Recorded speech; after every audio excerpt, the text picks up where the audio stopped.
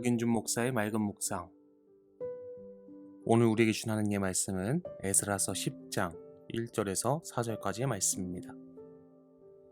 에스라가 하나님의 성전 앞에 엎드려 울며 기도하여 죄를 자복할 때에 많은 백성이 크게 통곡하매 이스라엘 중에서 백성의 남녀와 어린아이의 큰 무리가 그 앞에 모인지라.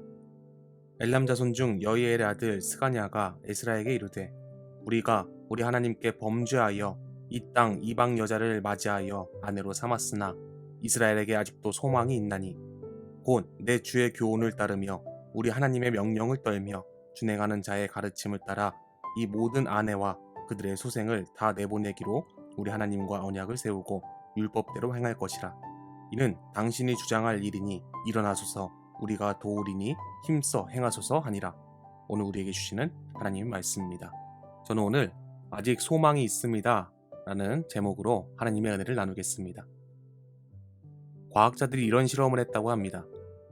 캄캄한 항아리 속에 쥐들이 얼마나 견딜 수 있을까 라는 실험입니다. 깜깜한 항아리 속에 쥐를 집어넣었더니 3시간을 견디지 못하고 죽더라는 것입니다. 그런데 깜깜한 항아리 속에 쥐를 집어넣고 한 줄기 빛을 비추어 줬더니 쥐가 36시간을 살아있더라는 것입니다. 깜깜한 항아리 속에서는 3시간을 견디지 못하고 죽은 것은 체력이 떨어져서 죽은 것이 아니라 절망하여 죽었다라는 결과가 밝혀졌습니다. 그런데 한 줄기 빛을 보고 쥐가 36시간 살았던 것은 소망을 가졌기 때문이라고 합니다.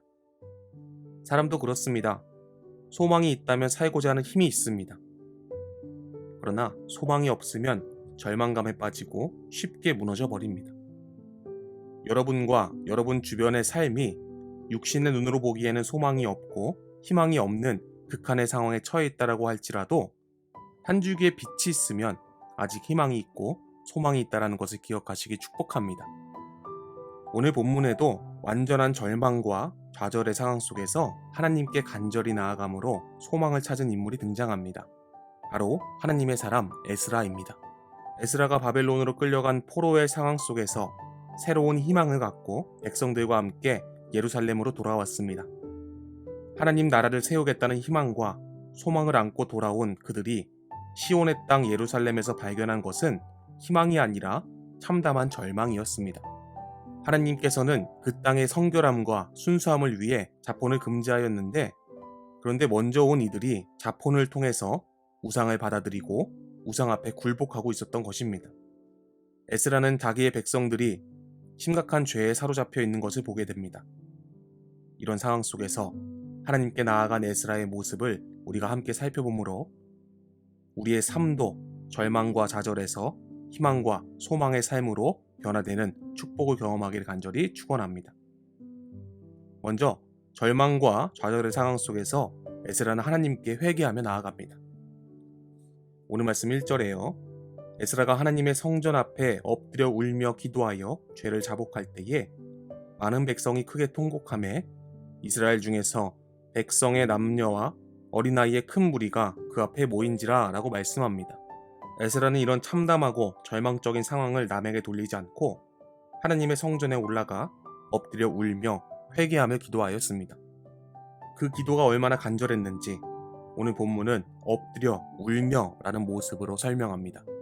엎드려에 해당하는 미트나펠은 극도의 슬픔 때문에 스스로 자신의 몸을 던지듯 납작 엎드리는 행동을 의미합니다. 또한 울며에 해당하는 박하는 어떤 비극적인 사실로 인하여 통곡하는 것을 가리키는데, 이를 종합해보면 엎드려 울었다라는 것은 극도의 슬픈 감정을 표현하는 모습인 것입니다. 에스라는 자신과 아무 상관이 없는 죄악임에도 불구하고 마치 자신의 죄인 양 하나님께 백성들의 죄를 고백한 바 있거니와 여기에서도 백성들의 죄를 자신의 죄인 것처럼 괴로워하며 통회하며 자복하고 있습니다. 이런 에스라의 진심 어린 회개 기도로 인해 그곳에 모였던 많은 백성이 함께 크게 통곡하며 회개하는 놀라운 회개의 은혜가 일어나게 됩니다. 사랑하는 여러분, 나와 내 주변의 상황이 절망과 좌절의 상황 속에서 가장 먼저 사람이나 인간적인 방법과 해답을 찾는 인생이 아닌 가장 먼저 하나님 앞에 간절한 마음으로 회개하시는 저와 여러분의 인생이 되기를 간절히 축원합니다. 이런 에스라의 회개는 한 줄기의 빛이 되어 소망으로 변하게 됩니다. 오늘 말씀 2절에요. 엘람 자손 중 여이엘의 아들 스가냐가 에스라에게 이르되 우리가 우리 하나님께 범죄하여 이 땅 이방 여자를 맞이하여 아내로 삼았으나 이스라엘에게 아직도 소망이 있나니? 라고 말씀합니다. 참담한 현실 속에서 회개를 부르짖는 에스라에게 여이엘의 아들 스가냐가 벌떡 일어나서 소리칩니다. 성경은 그를 엘람 자손 중 여이엘의 아들 스가냐라고 말씀합니다. 여기에서 엘람 자손이란 에스라가 이스라엘 백성들을 데리고 바벨론에서 돌아오기에 앞서 먼저 1차로 예루살렘에 돌아왔던 가문 중에 한 사람이었습니다. 가장 먼저 하나님의 은혜로 예루살렘으로 귀환했지만 그 은혜를 잊고 하나님께서 가장 가증히 여기시는 이방 여인과 혼인하여 우상을 숭배하는 죄에 빠진 것입니다. 이런 죄악과 절망의 상황에 빠져있는 가문에서 에스라의 기도를 통해 회개의 각성이 일어나게 된 것입니다. 그리고 그의 입에서 나온 말은 자신들의 죄를 인정하는 말이었고 아직 이스라엘에게 소망이 있다라는 말이었습니다. 왜 아직 소망이 있다라는 것입니까? 이어지는 3절에 그 대답이 나오고 있습니다. 오늘 말씀 3절에요. 곧 내 주의 교훈을 따르며 우리 하나님의 명령을 떨며 준행하는 자의 가르침을 따라 이 모든 아내와 그들의 소생을 다 내보내기로 우리 하나님과 언약을 세우고 율법대로 행할 것이라 라고 말씀합니다. 한마디로 진심으로 회개하고 하나님의 뜻을 따르겠다라는 말이었습니다. 그리고 에스라서 10장 18절 이하에는 그 결심을 실천으로 옮긴 결심한 사람들의 이름이 나열되고 있습니다. 이들이 이스라엘의 소망이 된 것이죠. 사랑하는 여러분, 그리스도인에게 있어서 절망과 좌절의 상황이 와도 넘어지거나 무너지지 않는 이유는 회개가 있기 때문입니다. 회개하는 자에게는 희망이 있습니다. 또한 회개하는 자에게는 소망이 있습니다. 오늘 에스라서의 말씀을 통해 한 사람의 회개가 절망에 빠져있는 민족을 변화시켰고 변화된 자들이 하나님의 소망이 된 것을 우리는 깨달았습니다.